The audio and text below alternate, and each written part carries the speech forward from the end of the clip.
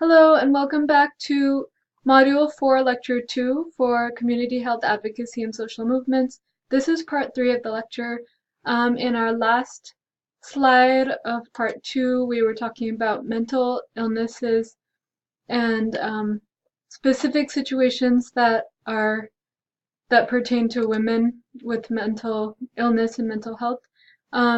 Additionally, women who have been victims of sexual abuse or domestic violence are more likely to suffer from mental illness.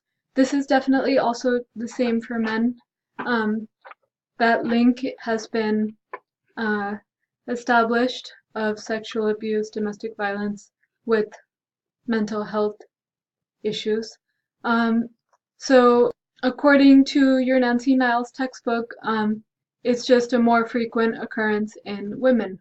And women in nursing homes often receive less adequate mental health care as well. And another issue is compassion fatigue, which, if in a traditional role of caregivers, women can even burn out from being a caregiver most of the time and not receive any care back.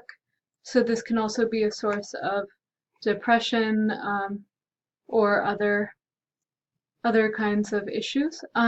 Research indicates that health care providers do not provide appropriate mental health care to a large majority of older females, and that might be some of the issues of women's mental health and elderly people combined, that there isn't a focus on mental health in old age because physical health takes a priority for a lot of doctors, or women's issues, past traumas, compassion fatigue might be ignored as part of the burden of being a woman rather than a condition or debilitating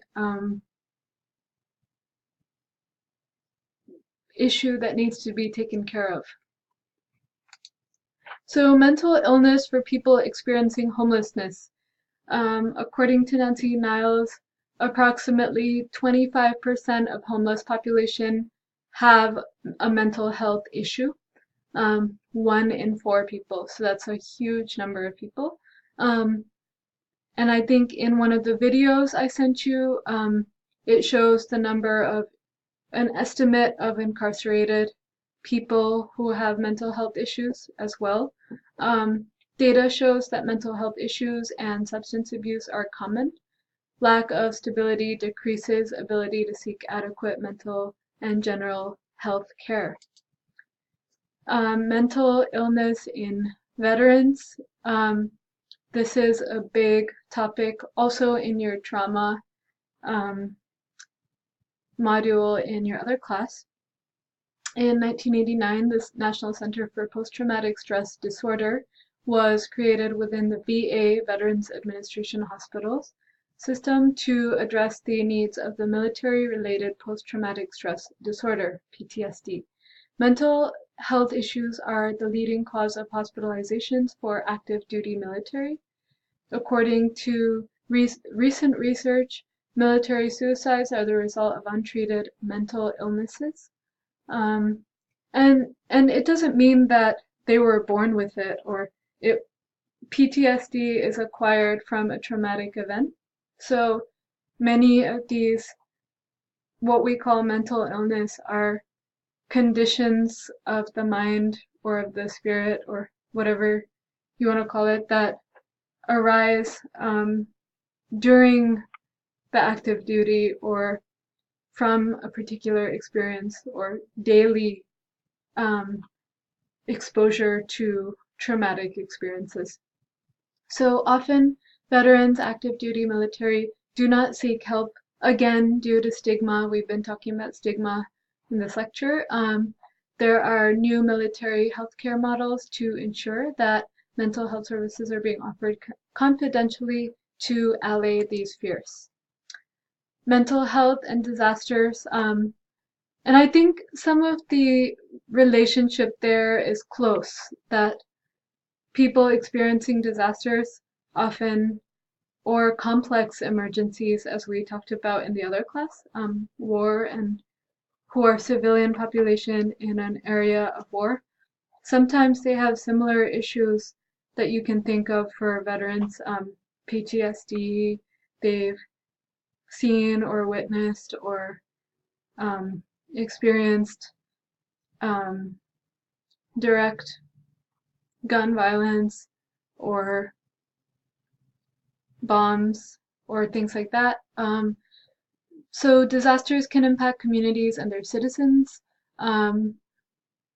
Natural disasters would be, as we spoke about in your other class, hurricanes, earthquakes, flood, tornadoes. And then there's our own anthropogenic or human-made disasters such as terrorism. These events impact individuals both physically and mentally.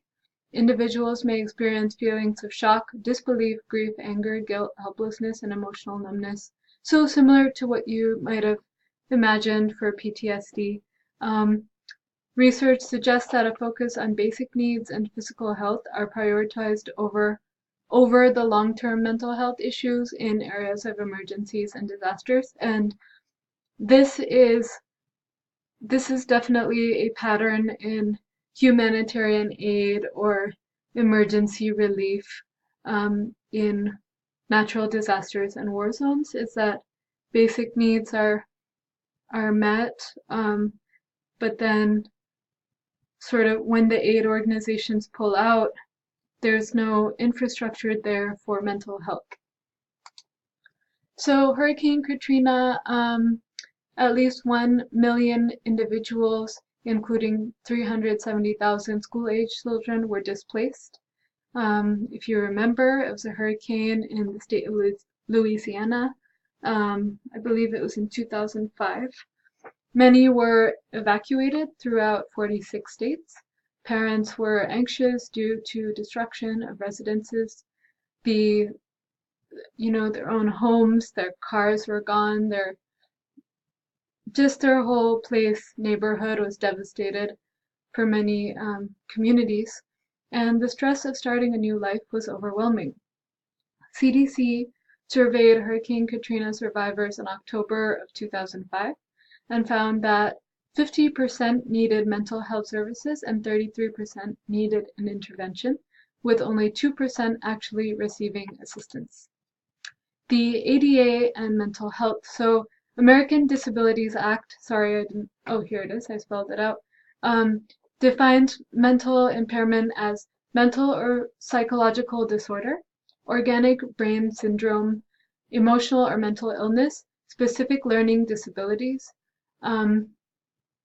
and I haven't specified which ones, but you can look through ADA if you are curious about this.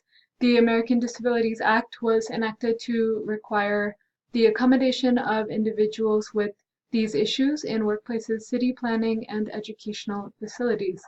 And I just have to say that the United States is much ahead of many countries in providing resources for people living with disabilities, and it's a really wonderful infrastructure that we have here in the United States for that, as well as the ADA. So the National Institutes of Mental Health strategic plan for mental health is promoting discovery in the brain and behavioral sciences to fuel research on the causes of mental disorders. This charts mental illness trajectories, this meaning their plan to determine when, where, and how to intervene. They also hope to develop new and better interventions that incorporate the diverse needs of different communities, different people, different age groups, all that, and strengthen public health impact of NIMH-supported research. And that means public health impact, when they say that, basically they mean correcting disparities in health. So alternative approaches to mental health. So alternative approaches emphasize the relationships, not always, but often between mind, body, and spirit. Self-help organizations are out there. Many mentally ill or mentally disabled individuals often seek comfort in self-help organizations. Nutrition, there are some research that demonstrate that certain types of diets may assist with certain mental disorders. Your book talks about the link between gluten and autism, and that children living with autism do much better in all outcomes when they're off gluten. Spiritual counseling is another mental health paradigm where counselors have recognized the relevance of incorporating spiritual guidance into communities that do not connect with the clinical approach, or that do and want to also address this aspect. It might be a pastor, a priest, a rabbi, a meditation guru. It might be any kind of thing like that. Alternative approaches to mental health are animal-assisted therapies. If any of you have pets, you know how therapeutic they can be. Animals are often used to increase socialization skills and encourage communication. Art therapy is another. Art activities such as drawing, painting, sculpting may help people release or express emotions. Dance therapy is another one, moving the body to help. And then your book said that this is very useful for people recovering from physical abuse. I didn't know this, but that was really nice fact to know. And music therapy, there's research that supports the link between music and improved emotional moods. And it has been used to treat depression, stress, and grief. So other holistic approaches, we briefly touched on acupuncture as a domain of traditional Chinese medicine, Chinese herbs, and other things being part of that larger umbrella of TCM. It is based on a system of subtle energy called Qi. If you heard of Qigong, which is a type of martial art, and is focused on this subtle energy that are stimulated by the channels are stimulated by hair-like needles, superficially inserted into the centers. There is evidence on the efficacy of using acupuncture to treat anxiety, depression, and other conditions, pain as well.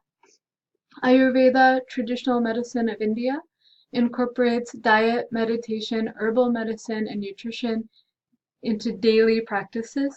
And it is also a system that focuses on subtle energy called prana, which are also in channels throughout the body.